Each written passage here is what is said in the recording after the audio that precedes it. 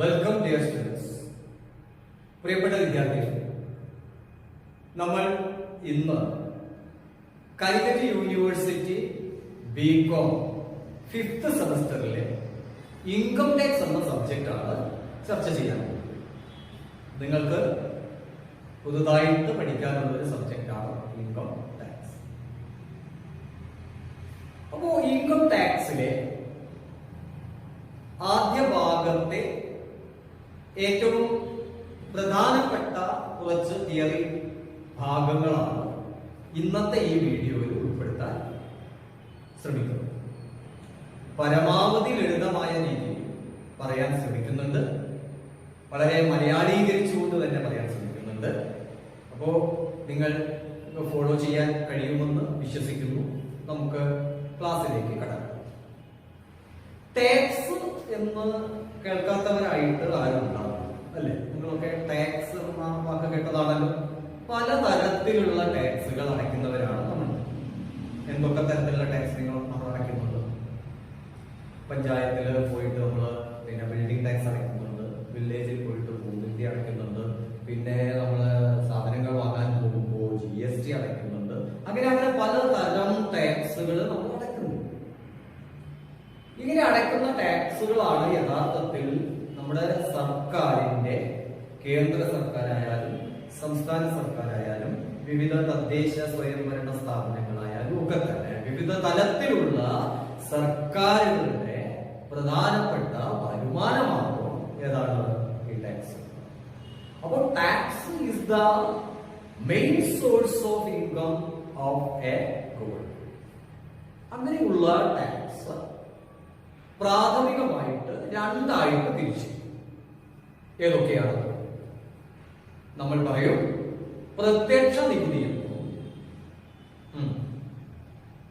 പരോക്ഷ നികുതി എന്നും. അങ്ങനെ രണ്ട് തരം നികുതികൾ. ഏതൊക്കെയാണ്? ഡയറക്റ്റ് ടാക്സും ഇൻഡയറക്റ്റ് ടാക്സ്. ഓക്കെ, അപ്പോ direct tax and indirect tax. Tax is the main source of income of a government to conduct its operations. The tax is primarily classified into two, yes, direct tax and indirect tax. Okay. അപ്പോൾ നമ്മൾ പഠിക്കാൻ പോകുന്ന income tax ഇതിൽ ഏതിൽപ്പെട്ടതാണ്? Direct tax ആണോ indirect tax ആണോ? ഒന്ന് പറഞ്ഞു നോക്കൂ, ഏതാണ്? യെസ്, അതെ, ഡയറക്റ്റ് ടാക്സ്. എന്താണ്? Direct tax. അപ്പൊ income tax is a direct tax. എന്താണ് direct tax? Direct tax is the tax levied directly in the hands of the assessee.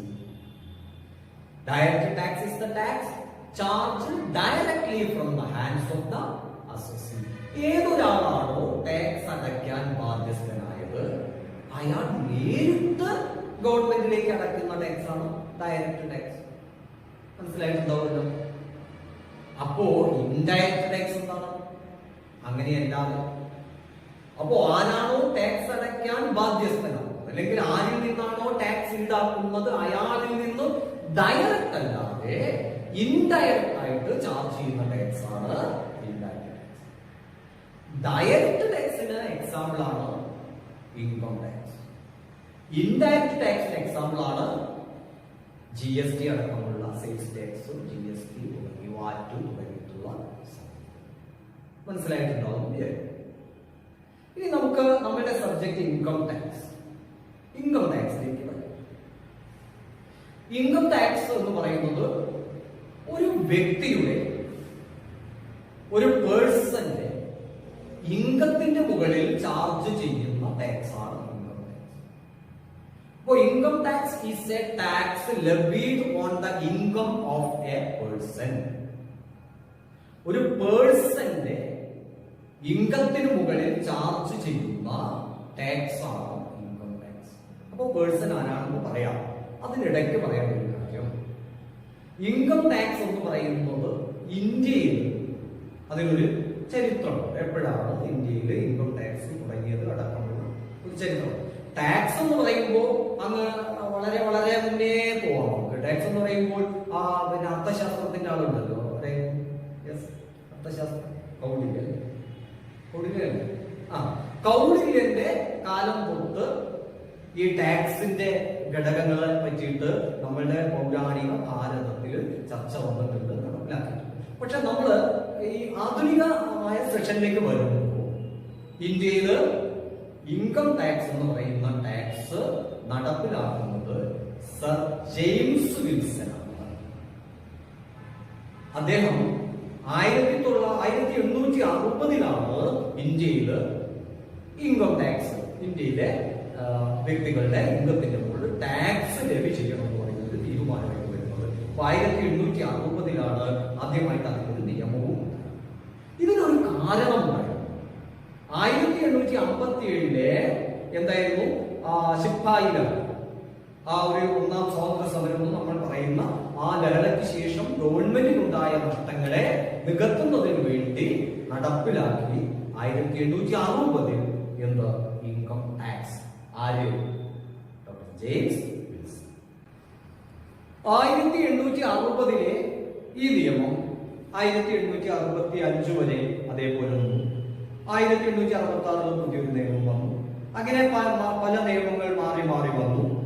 1922 കുറെ കൂടി വിപുലീകരിച്ച ഒരു ഇൻകം ടാക്സ് ആക്ട് ഇന്ത്യയിൽ വന്നു. അത് 1961 വരെ വന്നു. 1961 കുറെ കൂടി, അതായത് നമ്മളുടെ ആഫ്റ്റർ ഇൻഡിപെൻഡൻസ് കുറെ കൂടി വിപുലമായ ഒരു ഇൻകം ടാക്സ് ആക്ട് നിലവിൽ വന്നു. 1961 വന്ന ഇൻകം ടാക്സ് ആക്ട് ആണ് ഇപ്പൊ നമ്മൾ ഫോളോ ചെയ്യുന്നത്. അതില് ഓരോ ഘട്ടങ്ങളിലും ആവശ്യത്തിനുള്ള അമെന്റ്മെന്റുകളൊക്കെ വന്നിട്ടുണ്ട്.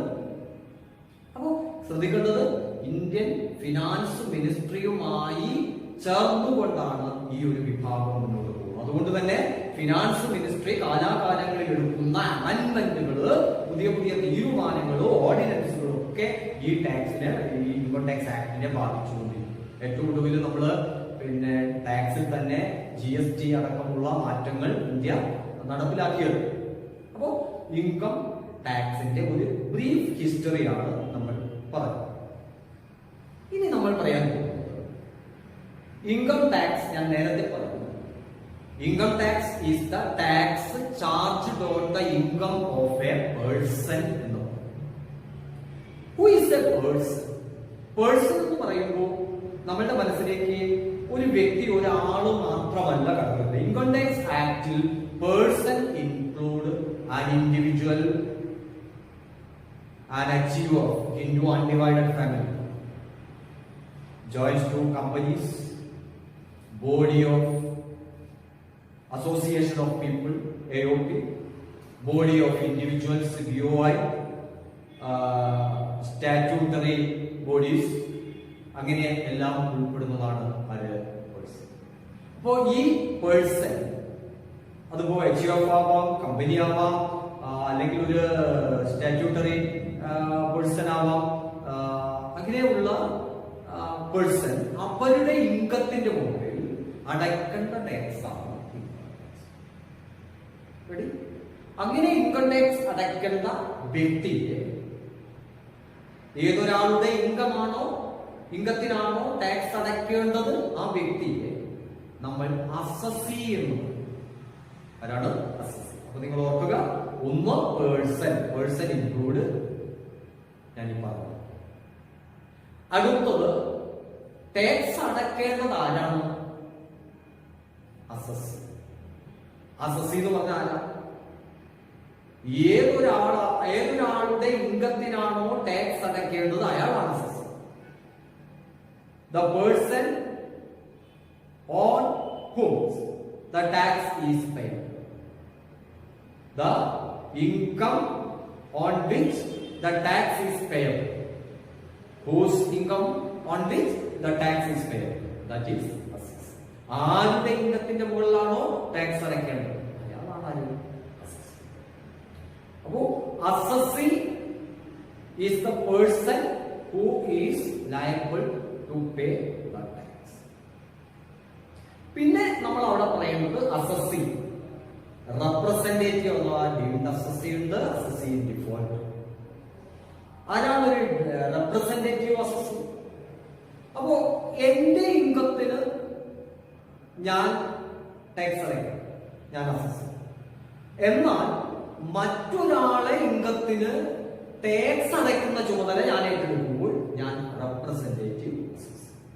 അപ്പോൾ ചിലപ്പോ ചില ആളുകള് ചില ഇൻകത്തിന്റെ ആളുകള് ഇന്ത്യയിൽ ഉണ്ടാകും. അപ്പൊ അയാൾ ചുമതലപ്പെടുത്തി റെപ്രസെന്റ് ചെയ്യും, ഞാൻ റെപ്രസെന്റ് ചെയ്യും. അല്ലെങ്കിൽ മറ്റൊരാൾ അയാളാണ് റെപ്രസെന്റേറ്റീവ് അസസ്. അല്ലെങ്കിൽ മൈനർ ആയിട്ടുള്ള ഒരാളുടെ ഇൻകത്തിന് ടാക്സ് അടയ്ക്കുക അയാളല്ല, അയാളുടെ ഗാർഡിയനായിട്ട് വരുന്ന ആളാണ്. ഇതാണ് റെപ്രസെന്റേറ്റീവ് അസസ്. പിന്നെ വരുന്നത് അസസി ഇൻ ഡിഫോൾട്ട്. ആരാണ് അസസി ഇൻ ഡിഫോൾട്ട്? ഒന്നുമില്ല, ഡിഫോൾട്ട് ഫോൾട്ട് വരുത്തിയ അസസി.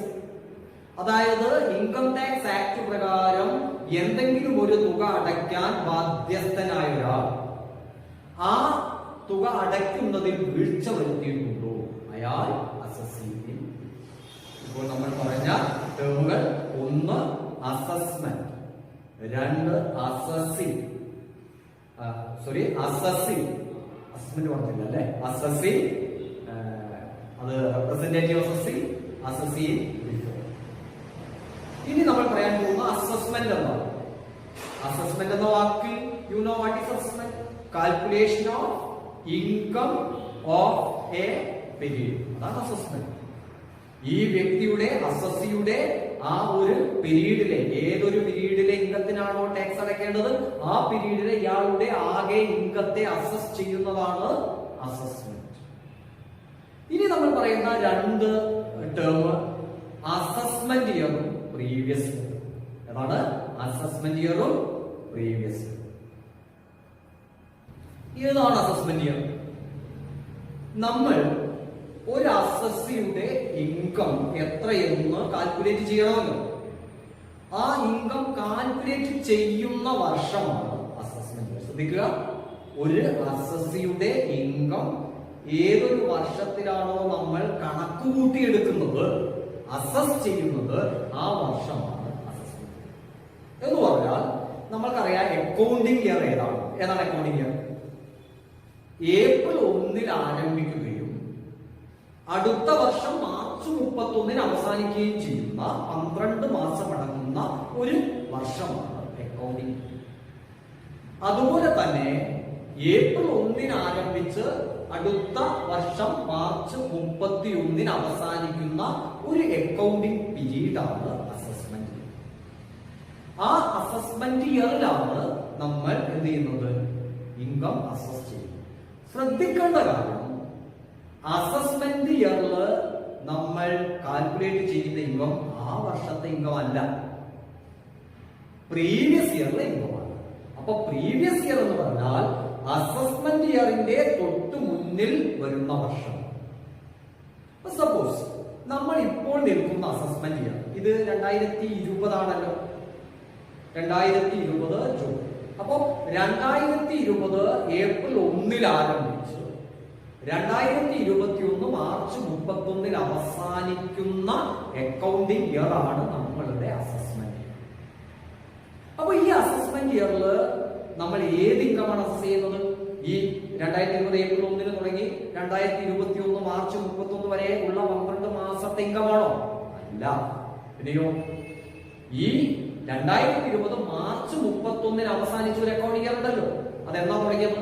2019 ഏപ്രിൽ 1 ആരംഭിച്ച് 2020 മാർച്ച് 31 അവസാനിച്ച 12 മാസമുള്ള ആ അക്കൗണ്ടിങ് പീരീഡ് എന്ന് പറഞ്ഞാൽ ഈ വർഷത്തിന്റെ തൊട്ട് മുന്നത്തെ അക്കൗണ്ടിങ്, അതാണ് പ്രീവിയസ് ഇയർ. ആ പ്രീവിയസ് ഇയറിൽ നമ്മൾ ഉദ്ദേശിച്ച അസസിക്ക് എത്ര ഇൻകം ആകെ ഉണ്ടായി എന്നാണ് അസസ് ചെയ്യുന്നത്. അപ്പോ അസസ്മെന്റ് ഇയർ ഏതാണെന്നും പ്രീവിയസ് ഇയർ ഏതാണെന്നും മനസ്സിലായിട്ടുണ്ടാവുമല്ലോ. റെഡി? അപ്പൊ നമ്മൾ ഇപ്പോൾ നിൽക്കുന്ന അസസ്മെന്റ് ഇയർ ഏതാ? 2020 April 1 to 2021 March 31. That is the assessment year. അതിന്റെ പ്രീവിയസ് ഇയർ ഏതാണ്? 2019 ഏപ്രിൽ 1 ടു 2020 മാർച്ച് 31. അങ്ങനെയാണെങ്കിൽ 2019 ഏപ്രിൽ 1 ടു 2020 മാർച്ച് 31 ഒരു അസസ്മെന്റ് ഇയർ ആണെങ്കിൽ അതിന്റെ പ്രീവിയസ് ഇയർ ഏതായിരിക്കും? യെസ്, 2018 ഏപ്രിൽ 1 ടു 2019 മാർച്ച് തൊട്ട് മുന്നത്തെ അക്കൗണ്ടിംഗ് ഇയർ. അപ്പൊ 2018 ഏപ്രിൽ 1 ടു 2019 മാർച്ച് 31 വരുന്ന പ്രീവിയസ് ഇയറിന്റെ, ശ്രദ്ധിക്കുക, ആ പ്രീവിയസ് ഇയറിന്റെ അസസ്മെന്റ് ഇയർ ഏതായിരിക്കും? 2019 ഏപ്രിൽ 1 ടു 2020 മാർച്ച്. ഓക്കെ, അപ്പൊ അസസ്മെന്റ് ഇയറും പ്രീവിയസ് ഇയറും പറഞ്ഞു. അപ്പൊ നമ്മൾ ഇൻകം അസസ് ചെയ്യുമ്പോൾ കൃത്യമായിട്ട് ഓർത്തിരിക്കേണ്ട രണ്ട് ടേമുകളാണ് അസസ്മെന്റ് ഇയറും പ്രീവിയസ് ഇയറും. ക്വസ്റ്റ്യനിൽ ചിലപ്പോൾ ഇന്ന അസസ്മെന്റ് ഇയർ എന്ന് പറയും, ചിലപ്പോൾ ഇന്ന പ്രീവിയസ് ഇയർ. ഇന്ന അസസ്മെന്റ് ഇയറിലെ ഇൻകം കാൽക്കുലേറ്റ് ചെയ്യാന്ന് പറഞ്ഞാൽ നമ്മൾ കാൽക്കുലേറ്റ് ചെയ്യുന്നത് തൊട്ട് മുന്നത്തെ പ്രീവിയസ് ഇയർ ഇൻകം. ഓക്കെ, ആ രീതിയിൽ അത് കാൽക്കുലേറ്റ് ചെയ്യാം. അപ്പോ അസസ്മെന്റ് ഇയർ പറഞ്ഞു, പ്രീവിയസ് ഇയർ പറഞ്ഞു, അസസ്സി പറഞ്ഞു, പേഴ്സൺ പറഞ്ഞു, അസസ്സി ഇൻ ഡിഫോൾട്ട് പറഞ്ഞു, റെപ്രസെന്റേറ്റീവ് അസസ്സി. ഇനി നമുക്ക് അടുത്തതായിട്ട് ടാക്സ് അടയ്ക്കണമല്ലോ. ടാക്സ് അടയ്ക്കണമെങ്കിൽ എല്ലാവരും ടാക്സ് അടയ്ക്കണോ? വേണ്ട. എന്തിന്റെ അടിസ്ഥാനത്തിലാണ് ടാക്സ് അടയ്ക്കാൻ പോകുന്നത് എന്ന് നോക്കാം. അപ്പോ ഒരു പേഴ്സൺ ടാക്സ് അടയ്ക്കുന്നത് അതിനൊരു അടിസ്ഥാനം.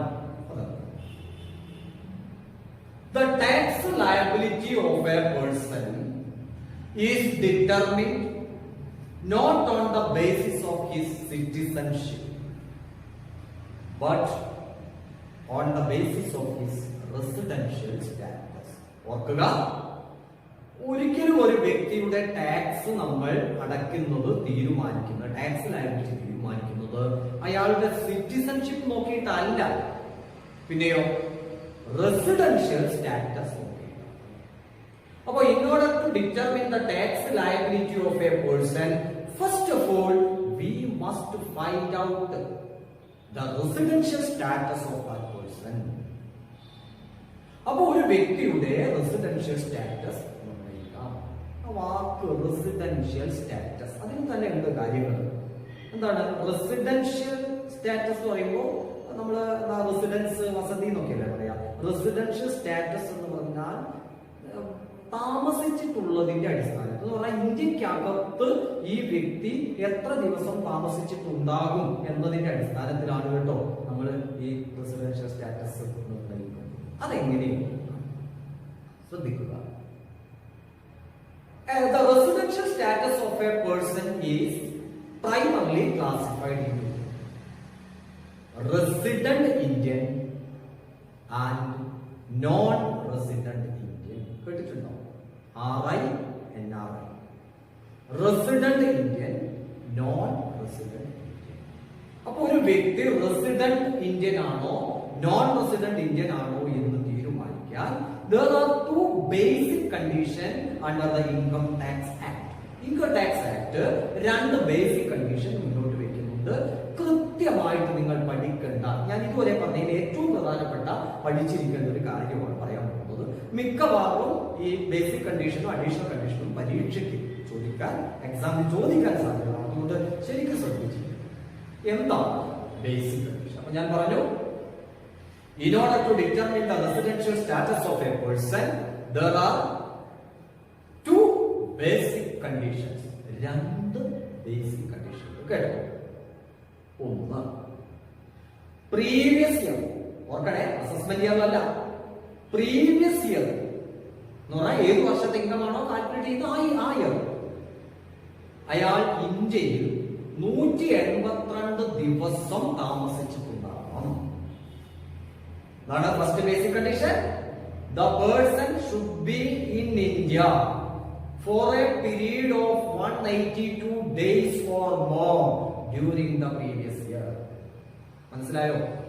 During the previous year he should be resided in India. ഇന്ത്യയിൽ താമസിച്ചിട്ടുണ്ടാവണം.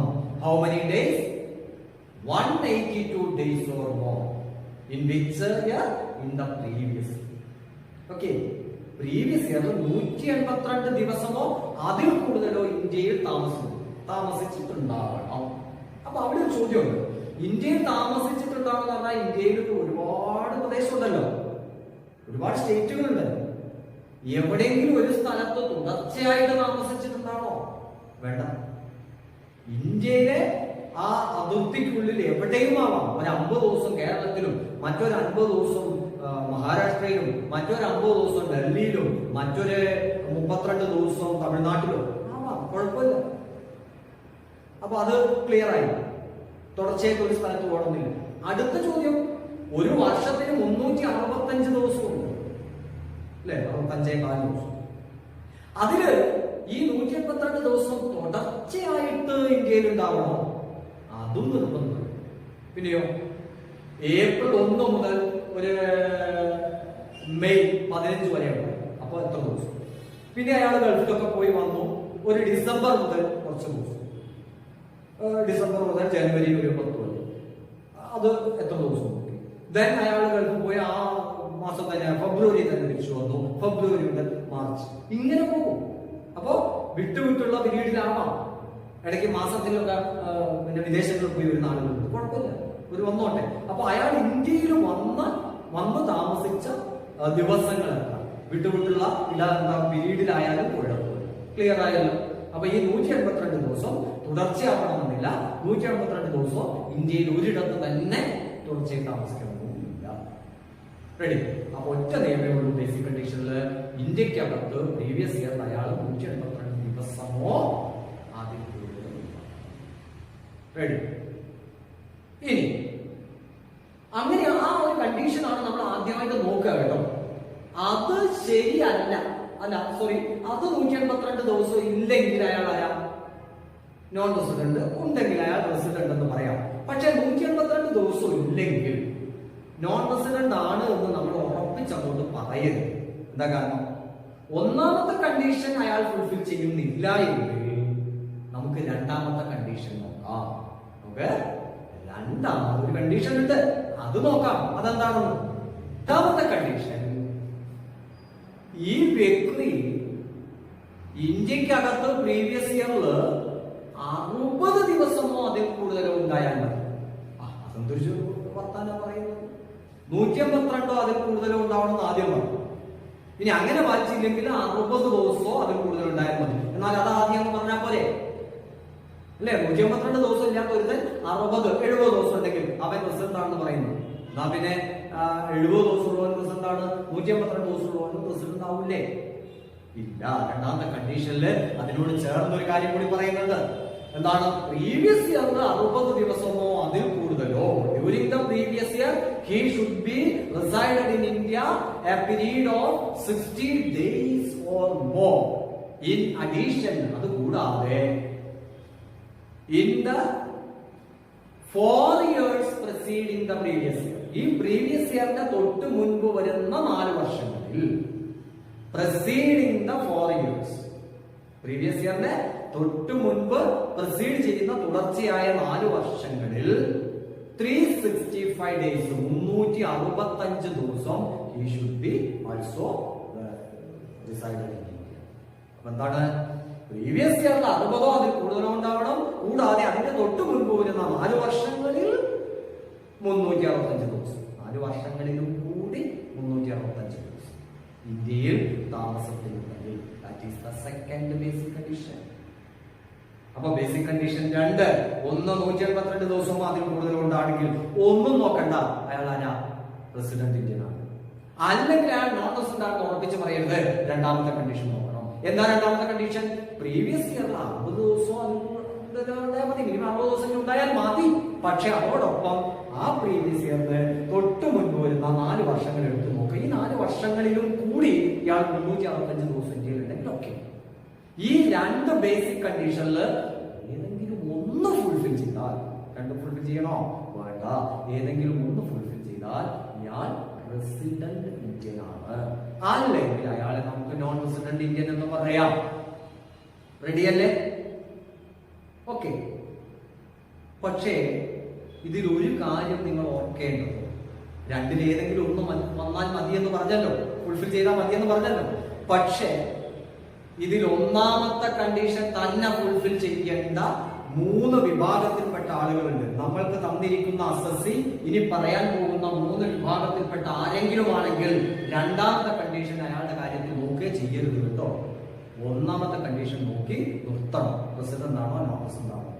ഏതാണ് ഈ 3 വിഭാഗത്തിൽപ്പെട്ട ആള്? ഞാൻ ഇനി പറയാൻ പോകുന്ന 3 ആളുകള്.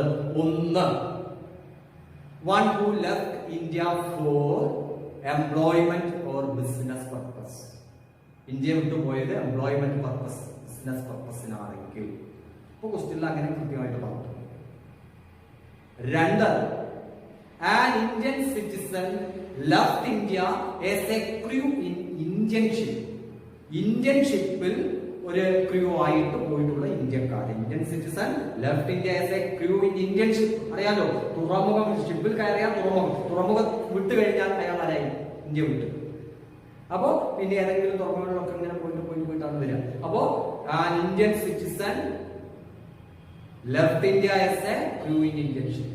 അങ്ങനെയുള്ള ആളുകൾക്ക് അവരുടെ അസസ്മെന്റ്, അവരുടെ റെസിഡൻഷ്യൽ സ്റ്റാറ്റസ് നോക്കുമ്പോൾ എന്തേ നോക്കാവൂ? First condition. മൂന്നാമത്തത്, foreign citizen Indian origin came to India for a visit. അങ്ങനെ ഉണ്ടാകും.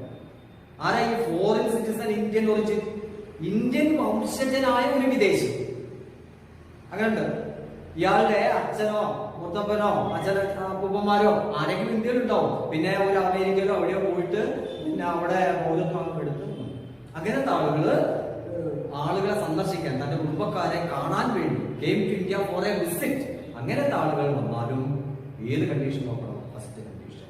ഓക്കെ, ഇതാണ് റെസിഡൻഷ്യൽ സ്റ്റാറ്റസ് നിർണ്ണയിക്കാനുള്ള ബേസിക് കണ്ടീഷൻ. അപ്പൊ ബേസിക് കണ്ടീഷന്റെ അടിസ്ഥാനത്തിൽ ഒരാൾ റെസിഡന്റ് ആണോ നോൺ റെസിഡന്റ് ആണോ എന്ന് നമുക്ക് തീരുമാനിക്കാം. ഇനി റെസിഡന്റ് ആയ ഒരാൾ, ശ്രദ്ധിക്കുക, റെസിഡന്റ് ആയ ഒരാളെ വീണ്ടും നമ്മൾ രണ്ടാക്കി തിരിക്കുന്നു. എന്താണത്? ഓർഡിനറിലി റെസിഡന്റ് എന്നും നോട്ട് ഓർഡിനറിലി റെസിഡന്റ്. അപ്പോ ഒരു വ്യക്തിയുടെ റെസിഡൻഷ്യൽ സ്റ്റാറ്റസ് 3 ആയി മാറും. ഇതൊക്കെയാണ് ordinarily resident, not ordinarily resident, non resident ആയ ആളെ മാത്രമേ നമ്മൾ ഓർഡിനറി ആണോ നോട്ട് ഓർഡിനറി ആണോ എന്ന് നോക്കേണ്ടതുള്ളൂ. അത് നോക്കുന്നതിന് വേണ്ടി നമുക്ക് 2 അഡീഷണൽ കണ്ടീഷൻസ് ഉണ്ട്. എത്ര? 2 അഡീഷണൽ കണ്ടീഷൻസ് ഉണ്ട്. അതെന്താ? 2 അഡീഷണൽ കണ്ടീഷനിൽ ഒന്നാമത്തെ ശ്രദ്ധിച്ചു കേൾക്കുക. എന്താണ്? There are 2 additional conditions. First one, the person should be 2 times resident out of 10 years preceding the previous year. അപ്പോ റെസിഡന്റ് ആയ ഒരാള് ഓർഡിനറി റെസിഡന്റ് ആണോ നോട്ട് ഓർഡിനറി റെസിഡന്റ് ആണോ എന്ന് നോക്കാൻ 2 അഡീഷണൽ കണ്ടീഷൻ പരിശോധിക്കണം. ആ 2 അഡീഷണൽ കണ്ടീഷൻ, ഒന്നാമത്തെ കണ്ടീഷൻ എന്താണ്? പ്രീവിയസ് ഇയറിന് തൊട്ട് മുൻപ് വരുന്ന 10 വർഷങ്ങൾ. ശ്രദ്ധിക്കണേ, പ്രീവിയസ് ഇയർ അതിൽ പെടൂല. അപ്പൊ നമ്മുടെ previous year 2019 April 1 to 2020 March 31. അപ്പോ 2019 മാർച്ച് 31 അവസാനിക്കുന്നത് മുതൽ അങ്ങോട്ടുള്ള 10 ആണ്. അല്ലാതെ 2019 ഏപ്രിൽ 1 ടു മാർച്ച് കൂട്ടൂല. അതിന് തൊട്ട് മുൻപ് വരുന്ന 18, 19, 17, 18, 16, 17, 15, 16, 14, 15, 13, 14, 12, 13, 11, 12, 10, 11, 9, 10. അപ്പൊ 2009, 10 മുതൽ 2018, 19 വരെയുള്ള 10 വർഷം. പ്രീവിയസ് ഇയർ 19, 20 ആയിരുന്നു. 18, 19 ആയിരുന്നെങ്കിൽ അതിൽ 1 വർഷം കൂടെ ആകും. അങ്ങനെ പ്രീവിയസ് ഇയറിന് തൊട്ട് മുൻപ് വരുന്ന 10 വർഷങ്ങളിൽ 2 തവണ 2 times he should be resident.